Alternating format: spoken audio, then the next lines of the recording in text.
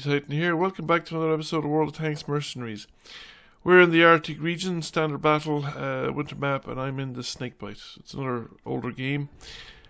Snakebite tier 6 British premium tank, premium light tank, based off the Cromwell. It's essentially a Cromwell. I have full loadout of premium. The gun is crap. Very poor penetration on this gun, but it fires rapidly. And I think it's a tank you just take out for the fun. It's fast. It's actually quite a stealthy tank. It's pretty good scout, and you can have a lot of fun with this tank if you can keep it alive.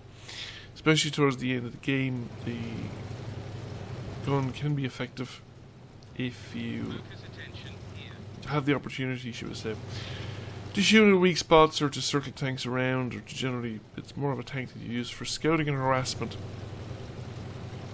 And can be quite a lot of fun in this role. Now, for light tanks in the early game on Arctic, I think this location, the central location, is one of the most important locations in the game. However, its utility depends to a certain extent on your team. So if you're down here and you're spotting people, you can spot quite a lot of people. But whether your team takes advantage of it, sometimes they do, sometimes they don't. And the spot Panzer 1C is on sort of the opposite location for the enemy side. So he's spotting me, I'm spotting him, but we can still both be effective. However, we have gotten a light tank right up to the edge of the map where the enemy should be sort of defending there at A2, A4. And we have a lot of tanks clustered around the middle, which would be better off if they went for the corner. So I am picking up some spotting damage, but I'm not picking up as much as one would hope.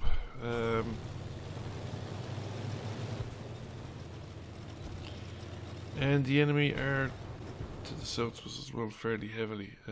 However, you can also, if you get undisturbed, you can actually, well, sometimes you need a better gun than I have, but you can get quite a lot of opportunities to shoot people from this location as well.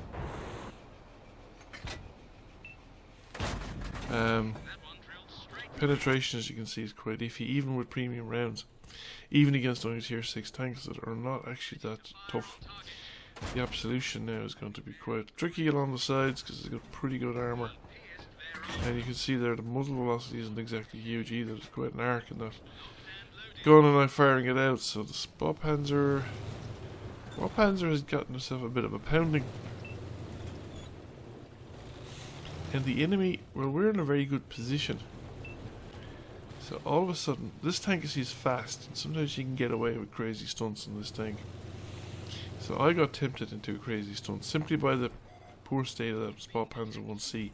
I get rid of him, I get rid of the enemy's eyes and ears down this part of the map, and I could quite easily escape by just going north and joining my fellows up here, and then I could circle around wherever I liked. And then for some reason that I just do not understand, I just changed my mind. I think I got a little disorientated. We are picking up some spotting damage, and I can go back to my original position. And despite considerable stupidity really on my part, I've only lost half my health. I'm still in a pretty good nick for a Snakebite at this stage of the game. Now in terms of numbers, we're about the same. However, I'm now, because the Spot Panzer 1C is no longer around, I'm pretty much unspotted in this location, so I can peek out and shoot people. And there's the IKB-65, and he's just sitting there. I mean, he's undetected, I'm undetected, but he's not, well, maybe I got his engine at the start, but surely in a repair kit. There's no reason for him to continue to sit there while I just whittled him down to nothing. He didn't have a target to shoot at. I mean, his shot was in the right direction, but he just didn't make the distance. However, it looks like they're going to take our cap circle to the south. Now, we're actually doing pretty well in the north. We've got the advantage up there, but I reckon my best bet is to come back down and help defend the cap. Assist with the defense with extra tanks, they all matter because it's going to absorb the attention of the attackers anyway. They've got different people to worry about. Our artillery's probably down. We just aren't close enough together, and there's an enemy Snakebite. And difficult enough target to hit, and it doesn't help that my guys My ally is just driving in directly into my line of fire. So we bounced one off the Snakebite there, actually. We didn't manage to penetrate. And he's joined by his fellow, the Hammer. The Hammer is in full health, but he's out in the open. Out in the open against 4 tanks, which is the problem. He really should have picked his spot and tried to minimize the number of tanks he was facing at any one time, because he didn't survive out in the opening against 4 tanks. And the Black Prince just didn't make it in time. The distance was too large and there's just too many obstacles, and the Black Prince can't, or couldn't even probably see everybody. Now it's a matter of how do we deal with the Black Prince, and where is that Leo? Is he going to pop up? I mean, is the Leo engaged with the 2 tanks, or is he going to try and run away? If he tries to run away, he'll pop up and I'll get a shot at him. If he stays where he is, I won't get a shot at him. It looks like he's staying where he is. So it's a question now going after the Black Prince. So we want to approach the Black Prince with the least amount of exposure. And he's on the other side of the rocks, which does make it a lot easier, because me and the Type 64 can come in together. And he goes around. I come around after him. Both get shots off. A lot of my stuff is bouncing because of the poor penetration values, and I thought, okay, the Type 64 is going around this way.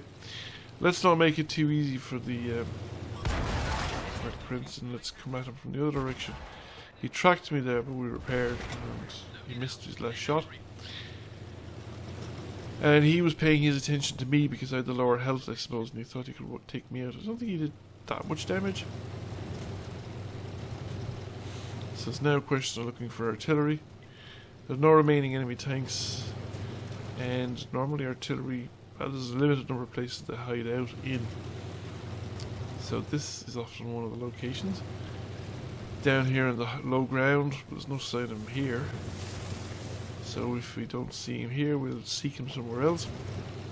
And we go up into the other location, which is the northern edge of above the cap circle here, and there's no sign of him here either. So I think there's a good chance the artillery has slipped past us. I don't know who he is exactly has slipped past, whether it was me, the heavy tank, the light tank, maybe he slipped through the centre, maybe he slipped past to the north. He could even slip past to the south, depending on where he was at the time. If we had no line of sight on him, we could have driven past him as long as he didn't get within, what, 50 metres. It wouldn't have triggered the proximity detection, and he could easily have gotten location. Somebody's indicating that he's head for the water. It's certainly a possibility. It's also a possibility that I might crash my tank and destroy myself. That wouldn't be the first time. Quite easy to do on a Snakebite.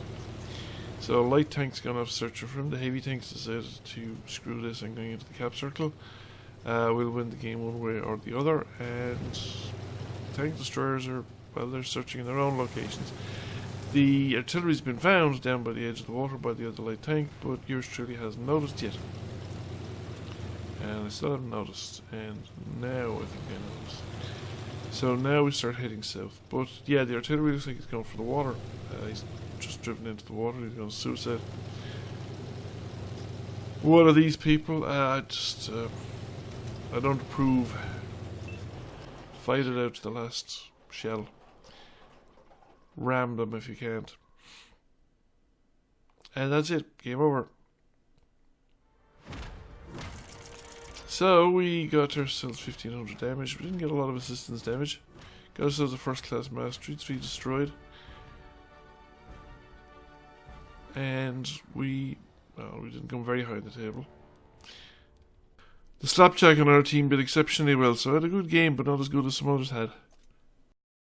Thank you for watching. I hope you enjoyed the video. If you did, please press like, comment, share. It really helps the channel out. And if you have not already done so, please subscribe to the channel. I will catch you all again soon. Bye for now.